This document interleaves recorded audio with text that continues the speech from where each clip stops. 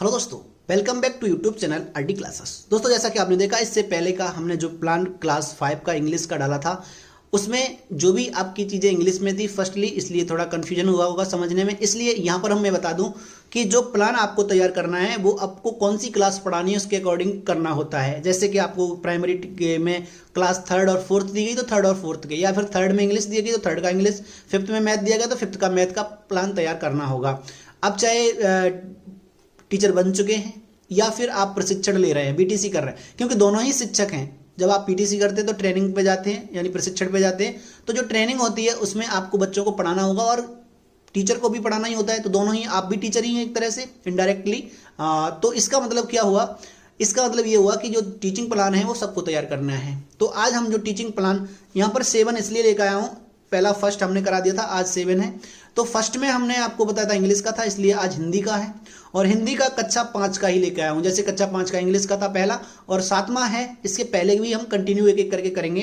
तो पहले 7 से लेकर के आगे के कंटिन्यू करते हैं, फिर उससे पहले के, जो आप जैसा लगे वो आप लिख सकते हैं। ठीक है, तो सबसे पहले टीचिंग प्लान ऊपर लिखेंगे। देखिए, मैंने आप लोगों की टीचिंग प्लान पे वीडियो शुरू कर दी है। आपको अच्छी लगे तो लाइक शेयर जरूर करिएगा। बाकी कमेंट में हमने एक ग्रुप भी दिया है, उस ग्रुप को जरूर ज्वाइन कर लेना, जिससे कि जैसे ही हमारी सारे एक बार प्लान तैयार हो जाएंगे तो इनको पीडीएफ फॉर्म में डाल करके आपको प्रोवाइड करा देंगे उस ग्रुप में। ठीक है, तो ग्रुप ज्वाइन करना ना भूलिएगा। बाकी वीडियो पसंद आए तो लाइक शेयर जरूर कर दीजिएगा। चलिए, इन्हीं प्लानों को आप बाद में किस पे लिखेंगे, अपनी शिक्षक डायरी में। जितने भी टीचर बन गए हैं उनके लिए तो बहुत ही इंपॉर्टेंट है।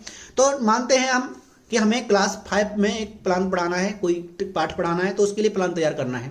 तो इसमें डेट अभी नहीं लिखेंगे, ध्यान रहे, क्योंकि डेट उस दिन की डाली जाती है जिस दिन आपको क्लास में पढ़ाना है। तो कक्षा 5 का है, विषय हिंदी का है, समय 40 मिनट का है। लर्निंग आउटकम में क्या लिखा है, बच्चे चांद, तारे, सूरज आदि को बारे में सामान्य जानकारी रखते हैं। तो हमारा जो प्रकरण है, जो टॉपिक है, वो है विमल इंदु की विशाल किरणें। इस पर हमें प्लान तैयार करना, ये पाठ हमें पढ़ाना है बच्चों को। तो उससे पहले हमें अपना तैयार करके जाना है कैसे क्या क्या पढ़ाना है, वो होता है हमारा टीचिंग प्लान। तो इसमें लर्निंग आउटकम क्या है, बच्चे चांद, तारे आदि के बारे में सामान्य जानकारी रखते हैं। प्रकरण हमारा ये है कि प्रकरण में हम लिखेंगे विमल बिंदु की विशाल किरणें, जो पाठ का नाम है। सीखने सिखाने की सामग्री में हम चौक, डस्टर, चार्ट तथा अन्य कक्षा उपयोगी वस्तुएं, जो भी सहायक सामग्री हैं, उनको रख सकते हैं। यहाँ पर एक और दीक्षा ऐप पे उपलब्ध सहायक सामग्री भी यूज कर सकते हैं।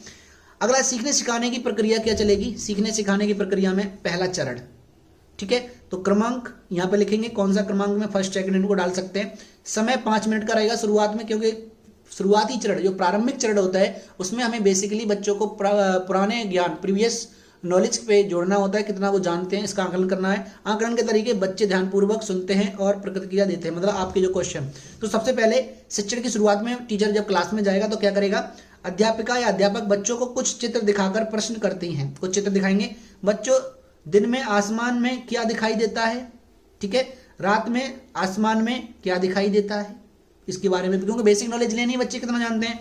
उसके बाद पूछेंगे उनसे, बच्चों चंद्रमा को हम किन किन नामों से पुकारते हैं, तो बच्चों की यहाँ पर प्रतिक्रिया रहेगी।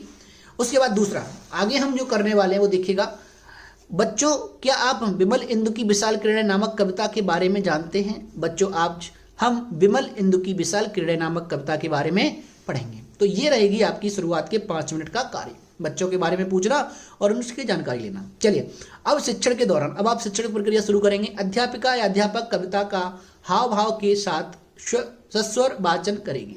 ठीक है, कविता है तो हमें सस्वर वाचन करना पड़ेगा। कुछ छात्रों से कविता का सस्वर वाचन हाव भाव से करवाया जाएगा, मतलब बच्चों से भी, किसी से भी, कोई ठीक ठाक बच्चा या आपको सही लगता है जैसा अपने अकॉर्डिंग, उनसे जो कविता है उसको पढ़ने के लिए कहेंगे, यानी लयबद्ध तरीके से ध्यानपूर्वक सुनते हैं।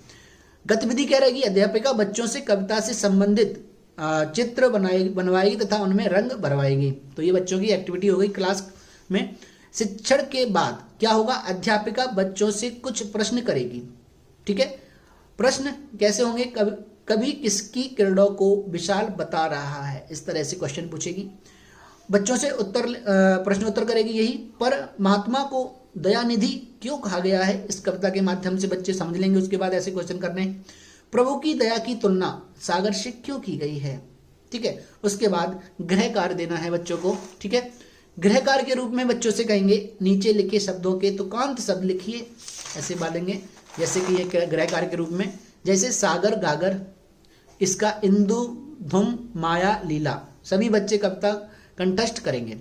मतलब सागर, गागर, नागर, चागर इस तरह के वर्ड बच्चे बोलेंगे, क्योंकि हमें तुकांत शब्द लिखने हैं, बच्चों से बुलवाने हैं, गृहकार में लिखवाने हैं। देखिए, शिक्षण योजना पर शिक्षक का स्वाकलन, मतलब टीचर ये देखेगा कि हमने बच्चों को कैसा पढ़ाया है, बच्चे अच्छे से पढ़े हैं या नहीं पढ़े हैं, मतलब उस चीज़ को देखेंगे। तो शिक्षक बच्चों से कविता सुनेंगे तथा कोई भी कमी होगी तो अगली शिक्षण योजना में उसका सुधार करेंगे। मतलब बच्चों के फीडबैक के आधार पर आपको पता चलेगा कि आपने किस तरह का बच्चों को पढ़ाया है या समझाया है। ठीक है, तो ये था हमारा आज का दूसरा प्लान, वैसे 7वां नंबर है। कल हम बात करेंगे अगले टीचिंग प्लान में प्लान 8 की, और प्लान 8 हमारा कक्षा 5 का हिंदी विषय का रहेगा और जिसका प्रकरण रहेगा पंच परमेश्वर। ठीक है दोस्तों, तो अगर वीडियो पसंद आए तो लाइक शेयर जरूर करना। नेक्स्ट प्लान के साथ मिलेंगे अब नेक्स्ट वीडियो में। Thank you.